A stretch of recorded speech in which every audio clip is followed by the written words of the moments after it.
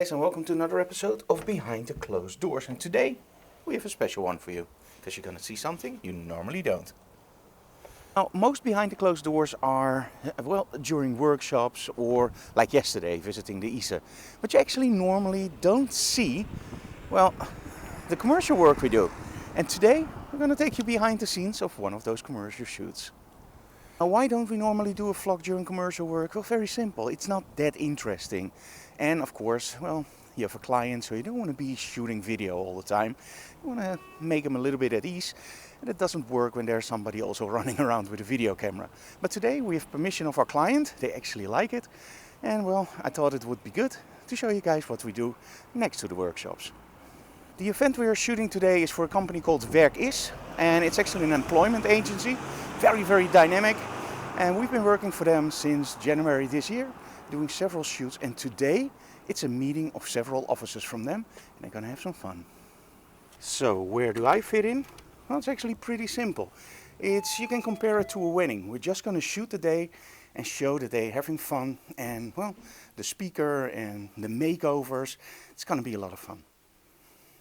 Okay, so what do I look for during events like this? Now, of course, with a model shoot or a fashion shoot, well, you pay attention to the clothing, you pay attention to the model, and whatnot more. But today it's about something completely different.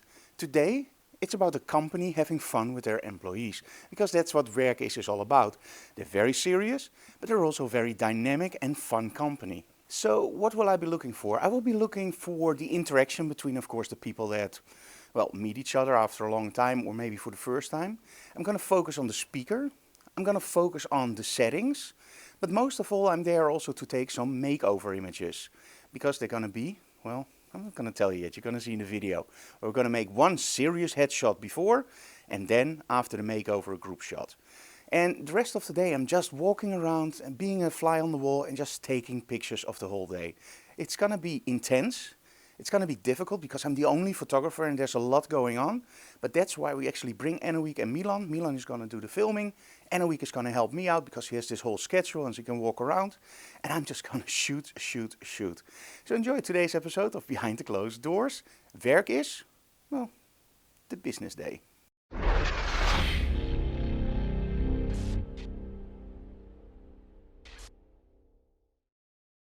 And of course we're going to need a lot of gear, so we're actually bringing strobes for the makeover and the headshots. We're also bringing the Lustolite backdrop, a tripod. Now normally I don't shoot on tripods that much, but in this case, because it's all headshots and it has to be really fast, we have to do like 50 people in maybe 45 minutes. It's going to be insane. So we're going to use a tripod that everything is set up, so I can just shoot next. It's not going to be that interesting like with a fashion shoot where you can literally go like, okay, let's change this lighting a little bit. This is plain and simple.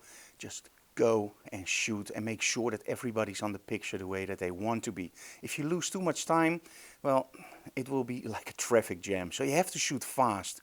But I also want that everybody has a picture that they really like. So that's going to be a challenge. And that's why we're going to shoot from a tripod that everything exactly is set up.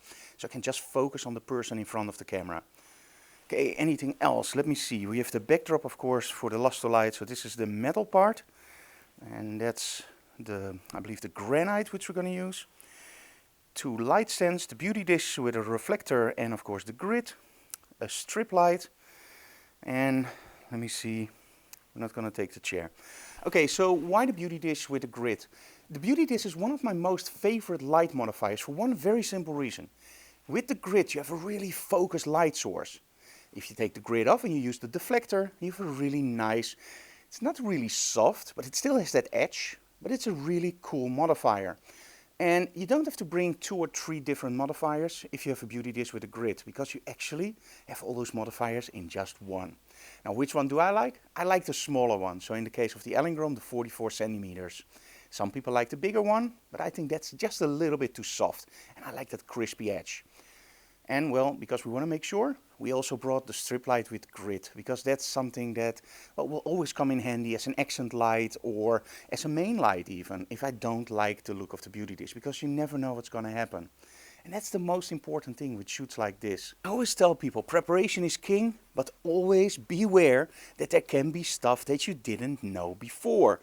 It happened a lot of time that people say, oh, you have plenty of room, you can set up there. And then you come, oh yeah, sorry, the catering is actually in that part. And you're actually moved to a very, very small area. So make sure that you always bring enough gear and enough alternatives. I can't stress that enough. Make sure that you bring a lot of accessories and a lot of stuff where you can squeeze in a small space or just set up in a larger space. But make sure that you're not on a location and you go like, hey, this wasn't agreed upon, I can't shoot. Now in this case, it's in Emmeloord, we're very close to our studio. But imagine driving 2 hours and then finding out that your backdrop doesn't fit because, well, the area is half the size that they promised. You don't want that. So make sure that you always bring at least something that can fit in a tight space and something that can fit in a big space. Okay, we're gonna load the cars, but first I'm gonna show you which kit we're gonna use. Okay, so we're gonna bring this. We're gonna bring an A7R3 from Sony with the 24-70. 2 cards. We're probably gonna only need 1, but better safe to be sorry. Gonna bring an A7R2 with a 12-24 from Sigma. And for the speaker on the stage, we're actually gonna bring the 70-200 2.8 also from Sony. Oh, and even if you think you have enough batteries, make sure you also bring a charger, because you never know what's gonna happen. And well, better safe than sorry, right? Now today I'm not going to shoot tethered. I'm a huge advocate of shooting tethered, but today it just doesn't work because we have to shoot too many people in too little time. And if we have people that come over to the computer and go like, I really like that shot, but can you change? That doesn't work. They have to trust me as a photographer that I will pick the right image. And let's be honest, if they see the images later on, in 99% of the cases, they love it. And if they see it on the set, they often go like, can you change this? Can you change that? So just beware that that doesn't happen. So don't shoot tethered. And if they really want to see it, they have to look on the back of your camera. And then you can always say like, oh, I have to shoot the next person. And you just show it very quickly and you go like, nice, right? So that works way better. But normally, of course, I love to shoot tethered. But today, that doesn't work. I'm gonna set up all the cameras before we leave. So every card is formatted. I have everything set up on auto ISO and on the shutter speeds that I need. And I also have programmed a hot button or a quick button on top. With my case it's C2. That can actually change the minimum shutter speed. The reason I do this is we are there an hour early, but I don't want to be messing around with my cameras on set. We have to set up the lighting, we have to look at the location. If there are any problems, we have to iron it out. And it's just very frustrated if you start and you find out that your camera isn't set up. Now I'm still very relaxed and there's no rush. So set up your cameras before you leave and just check everything. So that's the biggest tip I can give you, because it did happen in the past that I didn't do that and I was going like, well, I have way more than enough time on set. And then you arrived and something went wrong or you were stuck in traffic and actually literally it was getting out of the car, starting to shoot. And then you find out that your camera is still set up for studio work. So, for example, you don't see what you get with the Sony cameras. So, let me explain that. There's a setting in the Sony camera that actually, let me put it this way. You have an OVF, that's an optical viewfinder, and you have an EVF, that's an electronic viewfinder. On the Sonys, we have an electronic viewfinder, and that has 2 settings. One for in the studio, where it acts like an OVF, so it shows you everything just like a normal picture. There's also a setting called setting effect, and that setting effect is like what you see is what you get. In other words, if you use it in the studio with strobes, you will get a black screen. It's logical, right? Because you're shooting ISO 100, 125th, f16 or f11, that should render a totally dark image if the strobes don't fire. But outside, that what you see is what you get is very interesting, because now through the viewfinder you can actually see what's going on. Now, if you're in a rush and you forget to change that setting, you might think that all your images come out great. But in the end, you come out overexposed or underexposed or whatever. So make sure that you set up everything before you leave. And with the Sony cameras, if you use natural lighting or ambient light or continuous lighting, make sure you set that on setting effect on. So the what you see is what you get. It's a really, really handy tool because you don't need a preview. You just press the shutter and you know what's in the viewfinder at that moment is actually what is recorded on the card. I love that feature. Okay, so how do I set up my camera? Well, it depends per scene, of course. If we're shooting inside, I will shoot on a slightly lower shutter speed for the very simple reason, noise versus movement. You have to figure that out a little bit for yourself, but I like to shoot on a slightly lower shutter speed. Now, outside, I will actually get a little bit of a higher shutter speed and, well, make sure that my images don't have any blur at all. Now, for focusing, that's a totally different story. Now, the Sonys have great face recognition and face tracking. Now, because at first the people will come over like a red carpet and they will just walk towards the entrance and have to shoot them with classical cars in the backdrop. That's when I'm actually going to shoot on white and face tracking. Now, as soon as I find out that it doesn't work the way that I want, I'm going to switch over via the quick menu to actually center focus point, and I will just do it that way. So I always have my backup plan ready. But in this case, I'm going to be shooting on face recognition and just hope that when the people come towards me, the camera will actually keep track of their faces. If that doesn't work, you can always switch over very fast. But make sure that you don't keep shooting. Just check in between and make sure that you nail the shot, because in this case, there's only one chance to get the shot.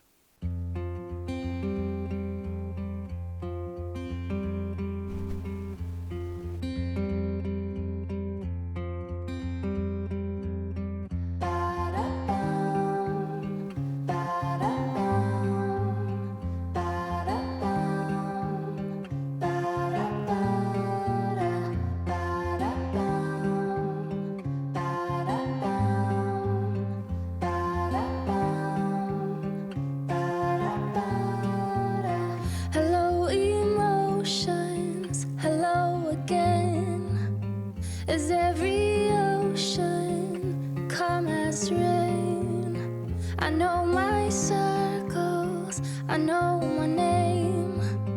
Another sequel is on the way. Oh, oh, my love, reform and rise to be so free. In time we seize infinity. Growing love, growing love. Hello my borders, hello again.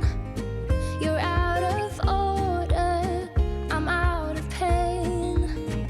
We're closing circles, we got no end. Another sequel about to land. Oh, oh, my love, reform and rise to be so free. In time we seize infinity. Growing love, growing love.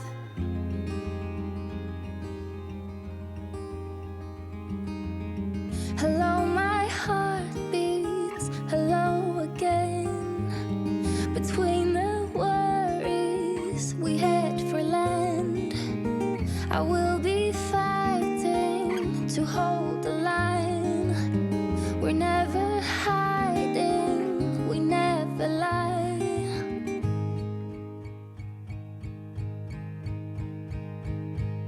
And I'll be coming home,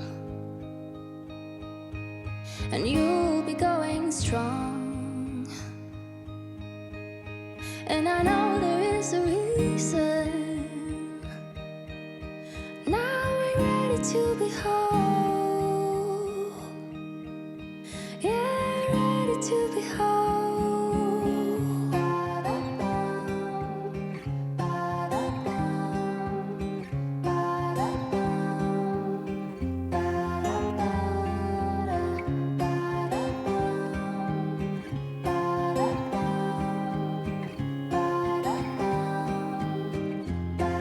And I'll be coming home, and you will be going strong. My love, infinity. So free. And I'll be coming home. This is infinity.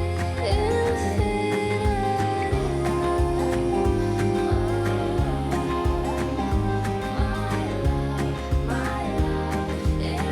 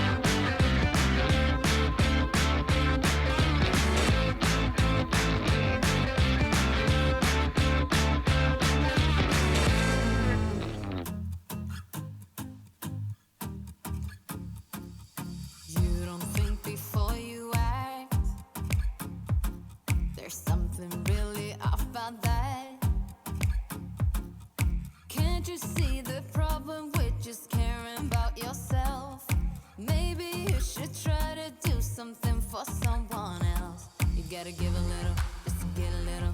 Gotta give a little, just to. There's something about you. You don't care about what you do. You gotta give a little, just to get a little, or you'll never find success.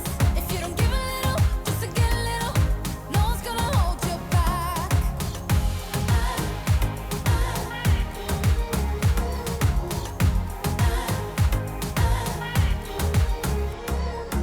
You and I have different ways. I don't like how you misbehave. Even if a shadow falls over your group of friends, you don't care if you can benefit from someone else. You gotta give a little, just to get a little. You gotta give a little, just to. There's something about you. You don't care about what you do. You gotta give a little, just to get a little, or you'll never find success. If you don't give a little, just to get a little, no one's gonna hold you back.